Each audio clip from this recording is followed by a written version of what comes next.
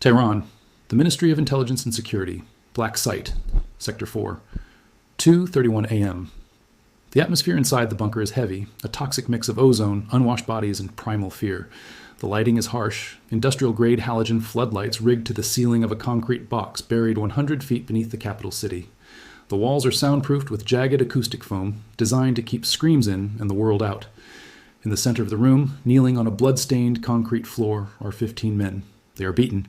Their faces are swollen, eyes shut from bruising. Their flight suits, the distinct AOR-1 desert camouflage of the United States Navy SEALs, are torn, stripped of insignia and flags. Their hands are zip-tied behind their backs with heavy-duty plastic restraints, so tight the skin is turning white. Black hoods cover their heads, but the rise and fall of their chests is visible. They are breathing hard, rhythmic and controlled. They are not panicking. These are the elite. SEAL Team 6, the Red Squadron, the DevGru operators who killed bin Laden. They have been trained to endure pain that would break a normal man in seconds. They are running mental visualizations, locking their minds away from the pain, waiting for an opportunity that might never come. Facing them is a row of 6 high-definition 8K cameras, their red live tally lights glowing like unblinking demonic eyes. Cables snake across the floor to a satellite uplink truck parked in the alley above. Behind the cameras, the entire high command of the Islamic Revolutionary Guard Corps, IRGC, is watching, seated in plush chairs, drinking tea. The broadcast is live. It is being streamed to Al-Alam, Press TV, and pirated onto YouTube, Twitch, and Twitter. Across the globe, it is 6:00 p.m. in Washington, D.C. primetime. The chyron at the bottom of the screen reads in Farsi and English, "The end of American arrogance." The supreme leader of Iran has authorized this personally. He doesn't just want to kill American soldiers, he wants to kill the myth of American invincibility. He wants the world to see the United States Navy on its knees. An IRGC General Qasem, steps into the frame. He is holding a microphone in one hand and a loaded Makarov pistol in the other. He wears a pristine dress uniform, a stark contrast to the dirty prisoners. He speaks to the camera, his voice dripping with theatrical venom. "The great Satan sent these spies to destroy our nation. They thought they were untouchable. They thought they owned the night. Tonight, you will watch them pay the price, one by one." He walks to the first SEAL on the left. He racks the slide of the pistol. The metallic clack-clack echoes through the silence of the bunker and into millions of living rooms around the world. He presses the cold steel muzzle against the back of the black hood. The world holds its breath. In the Situation Room of the White House, the president grips the mahogany table until his knuckles turn white. In the Pentagon, the Joint Chiefs are frozen, staring at the screens. Tehran believes they have won. They believe they hold the ultimate leverage. They believe that by threatening to execute the most elite warriors on Earth, they can force the United States to withdraw from the Middle East forever. They were wrong. They didn't know that the war had already started in the invisible domain. They didn't know that 2 minutes ago, the SCADA systems controlling the power grid for the entire district of northern Tehran had been seized by the NSA's Tailored Access Operations Unit. They didn't know that the maintenance ventilation shaft in the corner of the room, sealed for a decade, had been silently compromised 45 seconds ago by a microthermal cutter. And they certainly didn't know that standing on the roof of the building directly above them, wearing GPNV G18 panoramic night vision goggles that turn the night into white phosphor day, and carrying HK-416 assault rifles loaded with black tip armor-piercing rounds, was the answer to their threats. Not the Navy, the Army, Delta Force, Task Force Green, the unit that doesn't exist. What happened in the next 180 seconds didn't just save 15 lives. It dismantled the Iranian intelligence apparatus and sent a shockwave of terror through the regime that would last for a generation. This is the story of the execution that never happened. This is the night Iran invited the world to watch a murder and ended up broadcasting their own funeral. Let's rewind 24 hours. The Gulf of Oman, 2:00 a.m. The mission was supposed to be a soft knock. Intelligence had tracked a high-ranking IRGC nuclear scientist moving a shipment of enriched uranium components to a secure facility on the coast. SEAL Team 6 was tasked with interdiction and seizure. They launched from the USS Georgia, SSGN 729, in 2 SDVs, SEAL delivery vehicles. Silent underwater mini-subs that glide through the dark water like sharks. They inserted onto the beach. They moved through the dunes. They breached the target building, but it was a trap. The intel was a plant, a sophisticated double-cross fed by a compromised source in Baghdad. The moment the SEALs breached the door, the building didn't contain uranium. It contained a reinforced brigade of the Basij militia. Ambush. The firefight lasted 4 hours. The SEALs fought like demons. They utilized bounding overwatch, moving and firing, turning the kill zone into a graveyard for the Basij. They killed 80 enemy combatants. They held the perimeter until their ammo ran dry and their suppressors melted from the heat. But they were cut off. The extraction helicopters were driven off by heavy radar-guided anti-air fire. At 6:00 a.m., with 15 men wounded, surrounded by tanks and 0 rounds left, the team leader made the call. Surrender to survive. We live to fight another day. They were captured. They were paraded through the streets of Tehran. They were beaten with rifle butts. They were prepped for the show trial. Iran was euphoric. They had captured the Americans. The demands were impossible. Immediate withdrawal of the Fifth Fleet. $50 billion in reparations. A public apology. Deadline, 2:31 a.m. the next day. If the demands weren't met, the executions would begin. The Iranian leadership went to sleep that night feeling invincible. They had the hostages, they had the bunker, they had the cameras. But Iran made 3 catastrophic mistakes. First, they underestimated the Brotherhood. They thought that because these were Navy SEALs, the rescue would be a Navy operation. They expected Navy SEALs to come for their own. They focused their radar on the coastline, watching for ships and submarines. They moved anti-ship missiles to the coast. They didn't look at the border with Iraq. They didn't look at the sky. They didn't realize that the moment the Code Black, capture of high-value assets, was broadcast, JSOC, Joint Special Operations Command, didn't just call the Navy. They called the unit, Delta Force, the Army's Tier 1 operators.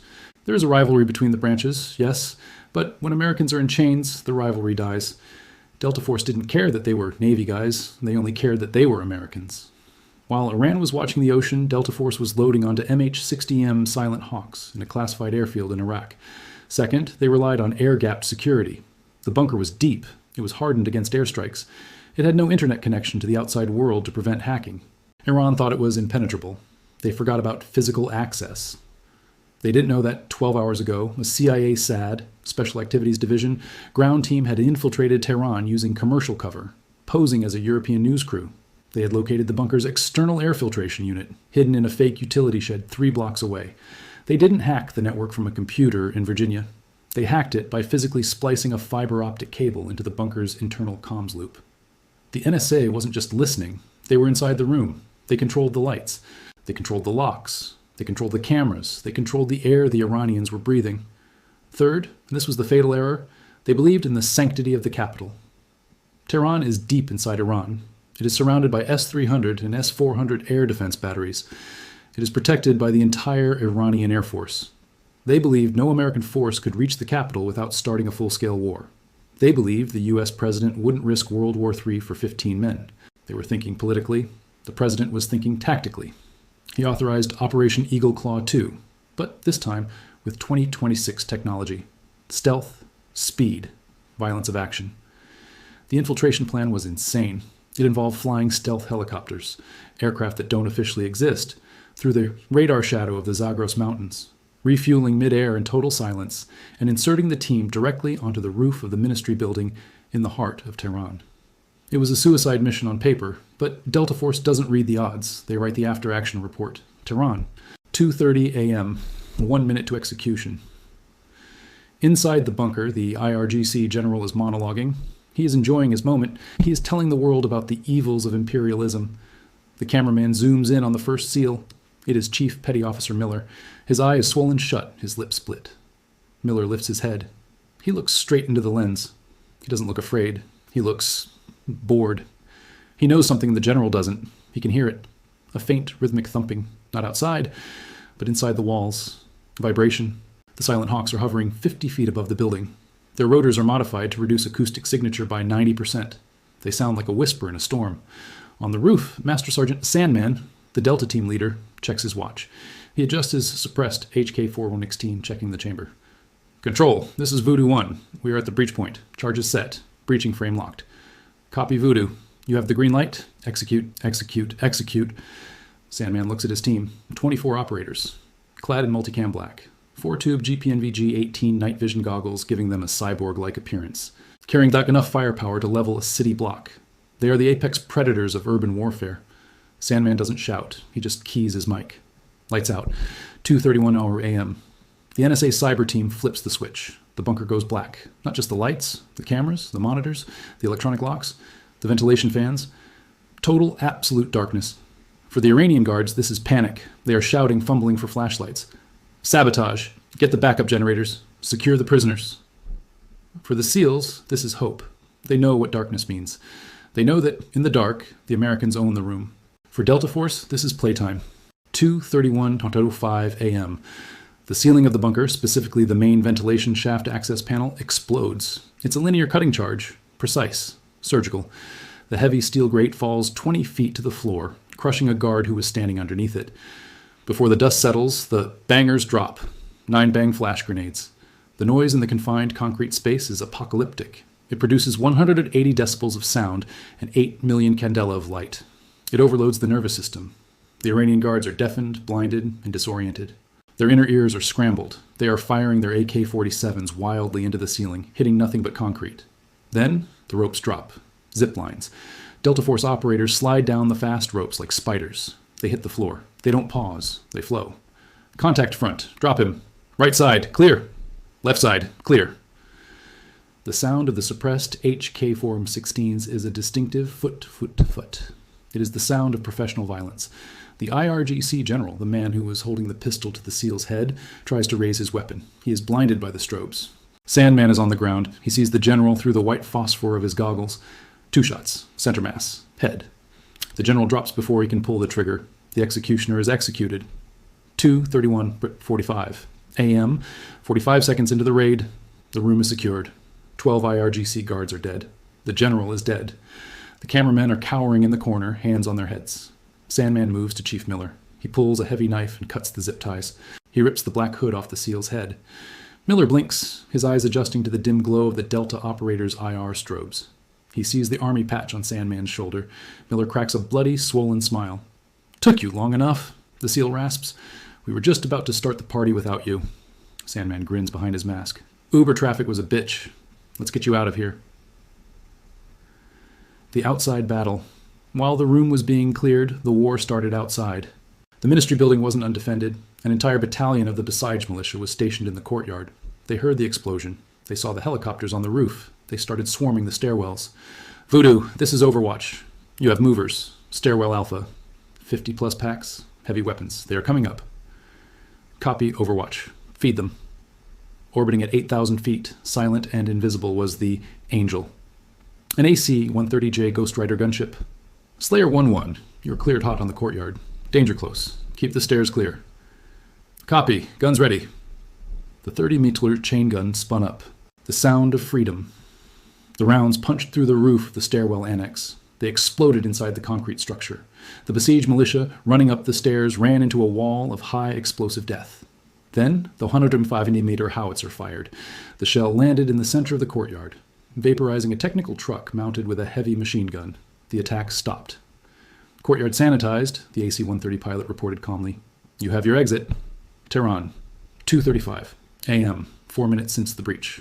The hostages are free, but they are still deep inside enemy territory. Move, move, move!" The Delta operators form a protective diamond around the 15 SEALs. They aren't going back up the vent. That's too slow. They are going out the front door.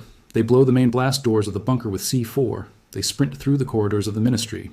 Any resistance they meet is dealt with instantly. A guard pops out of a doorway. Down. A machine gun nest at the end of the hall. Flashbang. Foot. Clear. They reach the lobby. Suddenly, contact. A squad of Quds Force commandos, Iran's elite, has barricaded the main entrance. They are wearing body armor and carrying heavy weapons. Contact front. Heavy. Sandman doesn't slow down. Breachers up. 2 Delta operators armed with AA-12 automatic shotguns loaded with Frag-12 explosive rounds step forward. The explosive slugs tear through the Quds Force barricade. The wooden desk splinters. The marble pillars shatter. The Quds Force commandos are overwhelmed by the sheer volume of fire. The Delta team pushes through the smoke, stepping over the debris. They reach the street. The glass doors are shattered. The courtyard is a smoking ruin from the AC-130 strikes. The Silent Hawks have repositioned. They are landing in the street outside the ministry, their rotors kicking up dust and debris. This is the most dangerous moment. The Iranian Air Force has scrambled. F-14 Tomcats, left over from the Shah's era, and MiG-29s are airborne from Mehrabad Air Base. Voodoo, this is AWACS. You have bandits inbound, fast movers, 3 minutes out. We're loading now. Get us out. The SEALs and Delta operators pile into the helicopters. It's a tight squeeze. Men are sitting on laps, hanging off the sides, clipping safety lines to the floor. Lift! Lift!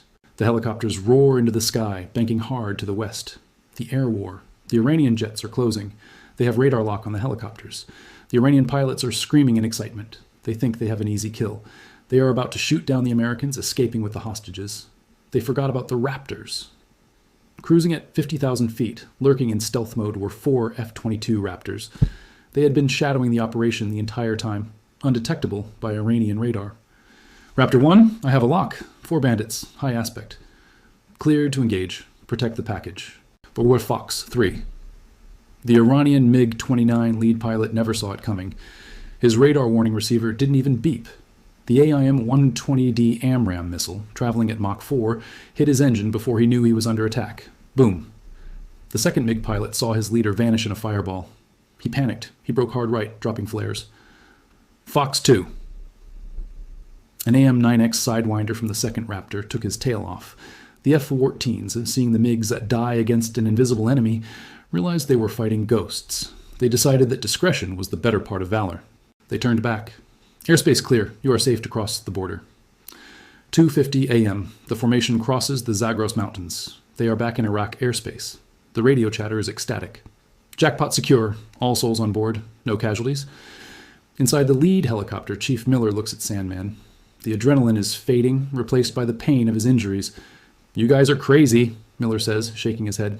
You flew into Tehran, into the capital. Sandman shrugs, cleaning his goggles. We heard there was a show on TV. Didn't want to miss it. Miller laughs. It hurts his broken ribs, but he laughs. Thanks, brother. Anytime, Squid. Anytime. The scorecard. The raid lasted 18 minutes on the ground, and the impact will last for decades. Iranian losses, personnel, IRGC general, head of counterintelligence, KIA, 45, IRGC guards, bunker, KEA, 120, Basij militia, courtyard, KEA, 10 CUDs, force commandos, KEA. Air assets, 2 MiG-29, fulcrums, shot down, infrastructure, Ministry of Intelligence, bunker, destroyed, thermite charges left behind detonated on exit, melting the servers, propaganda, the live TV feed cut to black, then showed the aftermath of the failed execution. Strategic loss. The myth that Tehran is a safe zone for the regime was shattered. U.S. assets, 15 Navy SEALs. Rescued, alive, various injuries, all recoverable.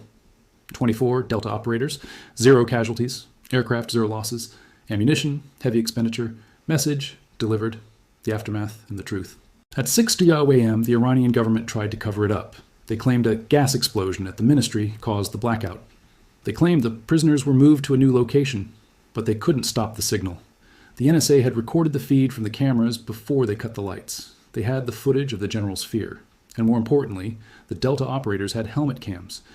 At 8:00 a.m., the White House released the video, title Operation Eagle's Justice. The world saw the breach. They saw the Delta operators dropping from the ceiling like Valkyries. They saw the rescue. The caption, "We leave no one behind." The video got 1 billion views in 24 hours. In Tehran, the regime was humiliated. The people whispered in the streets. They came into the capital, they took their men, and they left.